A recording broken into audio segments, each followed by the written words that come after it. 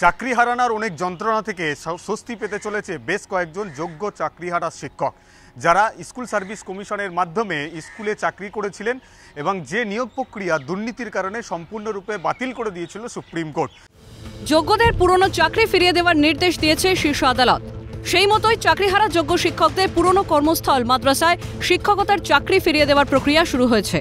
আগামী 27 এবং 28 নভেম্বর নথি যাচাইয়ের জন্য ডাকা হয়েছে, কিন্তু অভিযোগ তালিকায় রয়েছেন অযোগ্যরাও।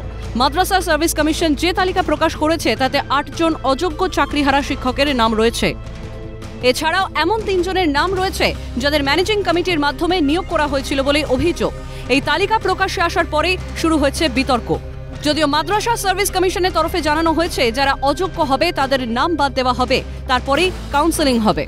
যে তারাই ফিরে যেতে পারবে প্রিভিয়াস জবে যদি তারা আনটেন্টেড হয়, টেন্টেড নয়। টেন্টেডকে কোনোভাবেই সুপ্রিম কোর্ট কনসিডার করেনি।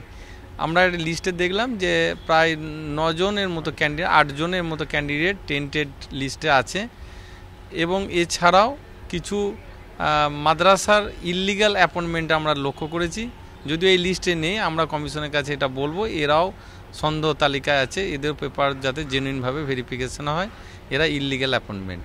এদিকে সুপ্রিম কোর্টের নির্দেশ মোতাবেক প্রক্রিয়া শুরু হতেই খুশি যোগ্য চাকরিহারারা। গুটি কয়েক অ্যাসিস্ট্যান্ট টিচার বিভিন্ন জায়গা থেকে একত্রিত হয়ে সুপ্রিম কোর্টে কেস করেছিলাম, পার্টি হয়েছিলাম এবং আমাদের ফরে মহামান্য সুপ্রিম কোর্ট একটি অর্ডার দিয়েছিলেন, যাতে বলা ছিল যে পূর্বে যারা চাকরি করত ওনারা তাদের প্রিভিয়াস জবে ফিরে যেতে পারবে।